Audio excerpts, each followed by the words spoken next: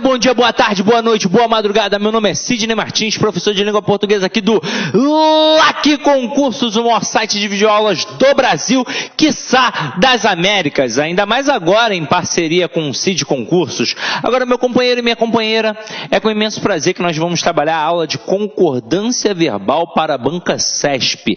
E por que tamanha felicidade? É uma matéria deveras importante para a sua prova. Afinal de contas, engloba vários conhecimentos. Antes de hoje, você trabalhou comigo a aula de tipos de sujeito. Nós dividimos em duas partes, parte 1, parte 2, para que você possa compreender a base para acertar estas questões de concordância verbal. Então acompanhe comigo logo no início da nossa brincadeira. Vamos lá. Aqui eu coloquei uma conceituação teórica do que seria a concordância verbal em provas de concurso público para a gramática, tendo em vista que é um pouquinho diferente daquilo que nós aprendemos na época da escola. Na época da escola nós gravamos parte do que era correto. Então, o que nós aprendemos? Que a concordância verbal se dá entre o verbo e o sujeito, ou seja, era uma relação entre o verbo e o sujeito. Mas, estudando a fundo, a gente percebe que a concordância verbal determina que o verbo se flexione em concordância com o núcleo do sujeito da oração. Como eu disse a vocês, várias questões do CESP trabalham com períodos simples. Períodos simples, várias, em que o camarada coloca uma frase enorme, com várias palavras no plural dentro do sujeito, e ele coloca o verbo no sujeito. Mas o verbo não vai concordar com esse sujeito todo, ele vai concordar apenas com quem? Com o núcleo do sujeito. Então, a concordância que nós denominamos uma concordância gramatical, em que o verbo concorda automaticamente com o seu referente, que é o núcleo. Se o núcleo estiver no singular, o verbo ficará no singular. Se o núcleo estiver no plural, o verbo ficará no plural, tendo em vista que essa concordância gramatical é baseada através da soma. Beleza? Agora, nos concursos, as orações abaixo apresentam desvios das normas de concordância verbal. Repare que as bancas se valem de alguns recursos para que esses erros se tornem imperceptíveis a um aluno menos atento. Então vamos lá. Isso aqui é só um aviso para essas questões que nós vamos trabalhar agora. Por que eu estou fazendo isso, meu companheiro, minha companheira? De forma intencional. Quando a gente trabalha a banca CESP, principalmente na parte de concordância verbal, várias questões estão erradas, tendo em vista que se eu errar uma, eu anulo uma certa, eu tenho que tomar todo o cuidado do mundo. É óbvio que haverá frases, haverá estruturas, haverá questões que tudo que vai estar ali está certo, mas normalmente as questões de concordância verbal do CESP estão erradas. Galera, nós já aprendemos a identificar um sujeito. Então, como é que a gente resolve a concordância verbal agora? Vamos lá. Nós sabemos que o principal sistema linguístico da língua portuguesa é o sistema SVC, em que eu tenho sujeito, verbo e complemento. Quando a gente trabalha a aula de transitividade verbal, que é o princípio da regência, para a gente poder entender como é que funciona o processo de análise morfossintática, o que nós fazemos? Nós vamos de cara no verbo, perguntamos a ele quem é o sujeito e automaticamente o resto é o meu complemento. É ou não é verdade? Beleza. Agora, reparem que o primeiro procedimento que eu fiz já é o suficiente para responder as questões de concordância verbal. Afinal de contas, para eu identificar um sujeito, eu tenho que ir primeiro em quem? Eu tenho que descobrir o verbo. E ao descobrir o verbo, é este cara que vai definir quem é o sujeito. Seja ele determinado, indeterminado ou até mesmo uma oração sem sujeito. Aí o que eu vou fazer? Aquelas famosas perguntinhas. Quem ou que? Ao descobrir o sujeito, resolvi praticamente tudo em relação à concordância verbal, mas não resolvi tudo ainda. O que eu preciso fazer agora? Eu preciso identificar o núcleo deste sujeito, porque será realmente o núcleo que irá concordar com o verbo. E como é que eu vou descobrir o núcleo. Basta eu buscar o substantivo sem preposição. Porque o substantivo, como nós vimos na aula de classes gramaticais, é sempre o termo determinado, ou seja, sempre o núcleo de qualquer estrutura nominal. E o sujeito é uma estrutura nominal. Então vamos ver como é que isso funciona na prática agora, numa pequena conceituação teórica. Ó.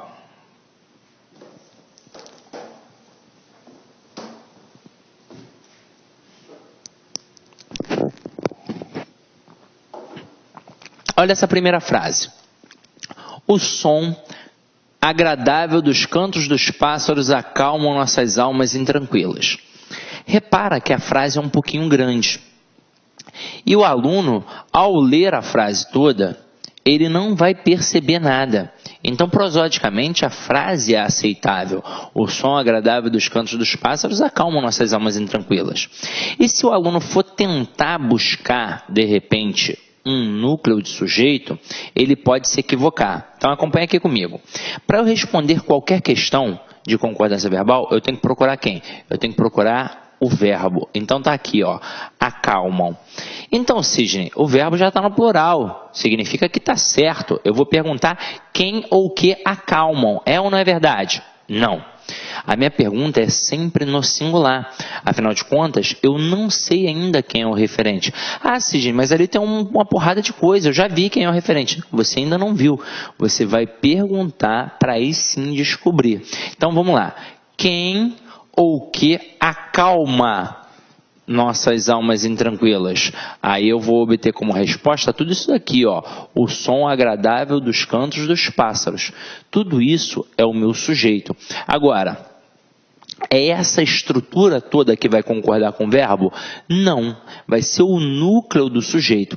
Aí, às vezes, alguns alunos dão mole nessa parte, porque eles vão pensar na palavra semanticamente mais importante. Então, de repente, o camarada vem aqui em pássaros ou em cantos. Mas não é assim que a banda toca.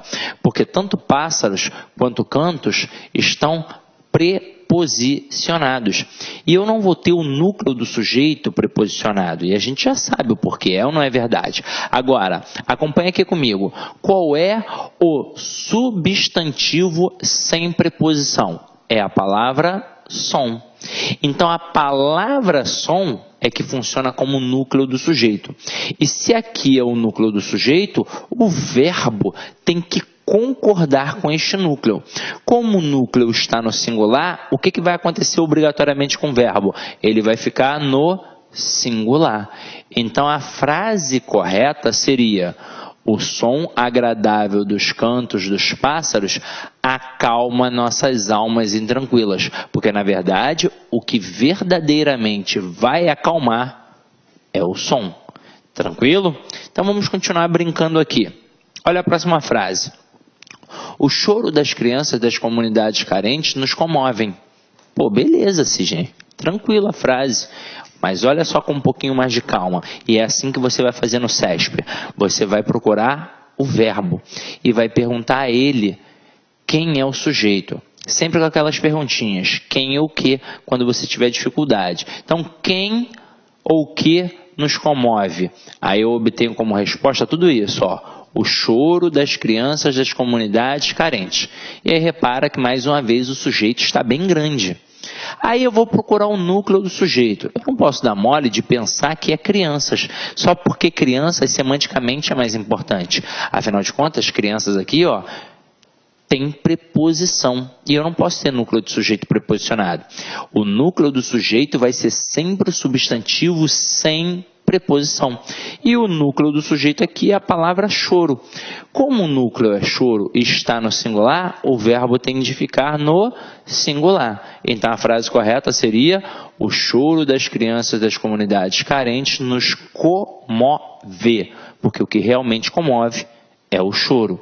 Agora, às vezes alguns alunos me contestam e falam assim: Sidney, mas o sujeito não deveria ser apenas o choro das crianças? Por que você botou das comunidades carentes? Tem toda uma intenção, gente.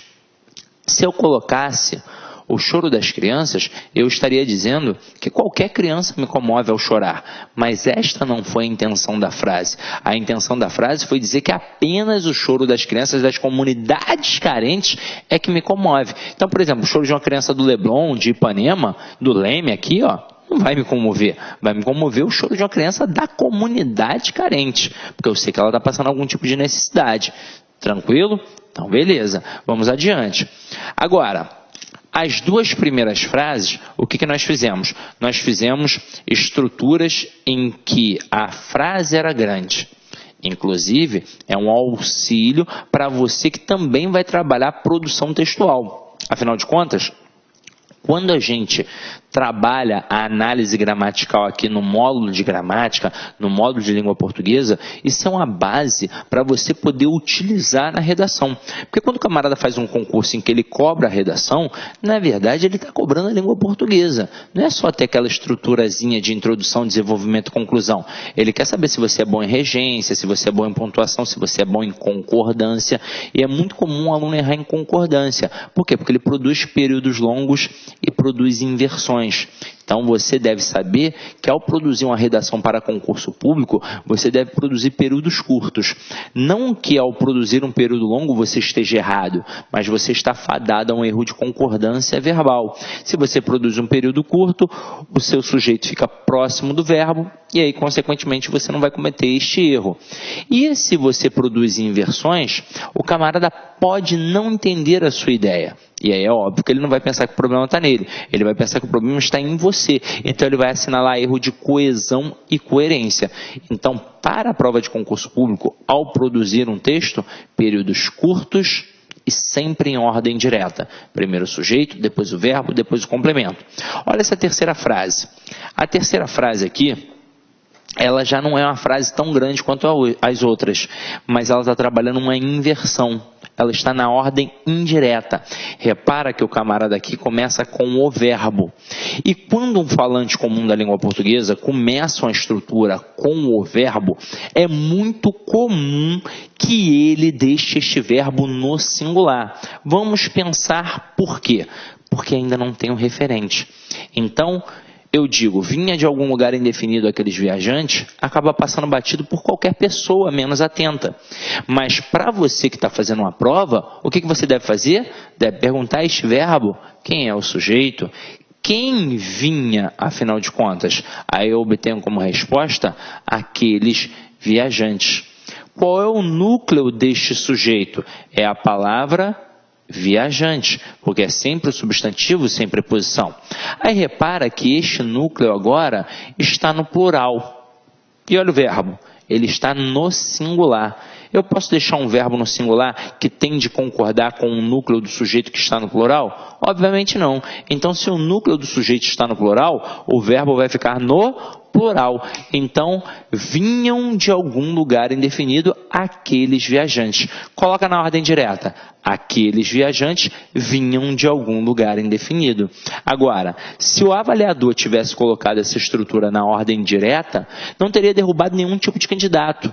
E é por isso que ele fez uma inversão, para tentar te confundir. E você, sábio e querido aluno, já prestou atenção e já está ligado que hoje em dia o que vai te derrubar na prova do concurso público não é a teoria, não é o conhecimento gramatical, e sim a falta de atenção. Beleza? Vamos continuar aqui a brincadeira, ó. Olha a frase 4. Ocorreu mudanças significativas durante o processo eleitoral. E aí vamos entender o porquê. Vamos lá. Quando a gente estava estudando tipos de sujeito, vocês lembram do verbo haver? Esse camarada é tão certo na tua prova quanto o texto. Ele vai cair na tua prova. O verbo haver sempre cai nas provas do CESP. Ah, professor, eu fiz um concurso que não caiu. Porra, beleza. Sorte a sua ou azar o seu. Mas normalmente ele cai. E aí é o seguinte, o verbo haver, no sentido de existir, ocorrer e acontecer, é um verbo impessoal, ou seja, ele não tem uma pessoa para concordar, e é por isso que ele caracteriza uma oração sem sujeito. Se ele caracteriza uma oração sem sujeito, e ele não tem com quem concordar, obviamente ele vai ficar no singular. Então o verbo haver, quando caracteriza oração sem sujeito, deve, portanto, ficar no singular. Agora, quando eu penso nos verbos existir, ocorrer e acontecer, eles não são verbos impessoais, eles são verbos pessoais. Isso significa que os elementos aos quais eles fazem uma referência funcionam como sujeito. Então eles vão concordar. Então aqui, ó, o camarada colocou ocorreu no singular, porque muito aluno acha que o existir, o ocorrer e o acontecer devem acompanhar a mesma estrutura do verbo haver. Vão caracterizar a oração sem sujeito e vão ficar no singular. Mas não é assim que a banda toca, isso é uma convenção gramatical. Somente o verbo haver, no sentido de existir, ocorrer e acontecer, é verbo impessoal, caracteriza a oração sem sujeito, portanto fica no singular. Mas o existir, o ocorrer e o acontecer são verbos pessoais. Então eles vão ter sujeito e vão concordar com este sujeito. Se o sujeito estiver no singular, beleza, eles também vão ficar no singular. Mas se o sujeito estiver no plural, eles também vão ficar no plural. Então aqui, ó, o que ocorreu? Mudanças significativas.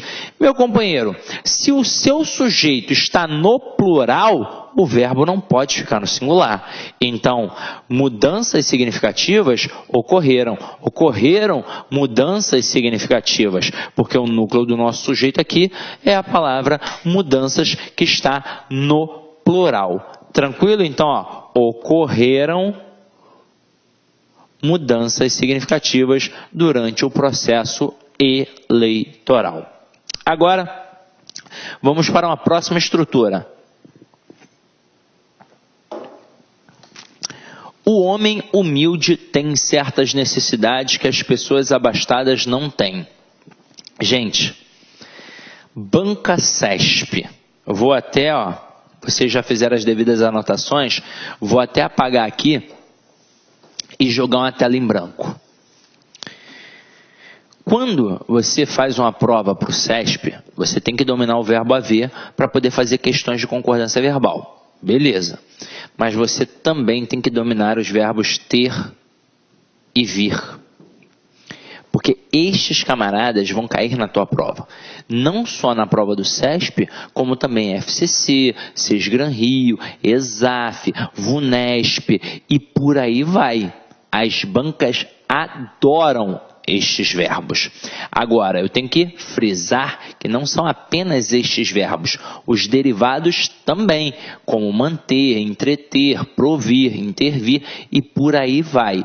Então, meu companheiro, aqui a gente vai trabalhar uma diferenciação de número para poder marcar, assinalar o plural. E o plural na língua portuguesa é sempre assinalado com acento circunflexo. Beleza? Então vamos lá, ó. Acompanha aqui comigo. Questão 5. O homem humilde tem. Então, observa que aqui apareceu o primeiro verbo. Aí diz para mim, quem é que tem certas necessidades? O homem humilde. Isso aqui é o meu sujeito. Quem é o núcleo do sujeito? É a palavra homem. Afinal de contas, é sempre o substantivo sem preposição. Então, aqui é o núcleo. Como o homem está no singular, ele vai concordar com o verbo e o verbo também vai ficar no singular. Até aí tudo bem, porque o verbo ter, na terceira pessoa do singular, ele fica sem o acento, porque ele está no singular. Aí vamos continuar nossa leitura. O homem humilde tem certas necessidades que as pessoas abastadas não têm. Agora aqui, ó, quem é que não tem? As pessoas abastadas. Qual é o núcleo? Pessoas. O núcleo, reparem, está no plural. E este núcleo tem de concordar com o verbo. Eu não posso deixar um verbo que vai ficar no plural obrigatoriamente, porque ele tem que concordar com este núcleo, igual um verbo que está no singular. Olá, meus amigos, minhas amigas, sou o professor Luiz Antônio de Carvalho e estou aqui para fazer um grande convite para você que acabou de assistir esse pequeno trecho da nossa aula demonstrativa desse nosso professor maravilhoso.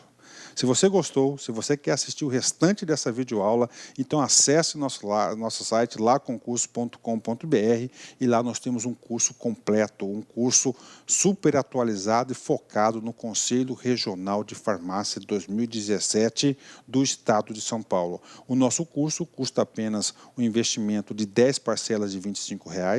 Nós temos aí 100 dias de acesso. Durante esse período você pode assistir quantas vezes desejar e na hora que quiser.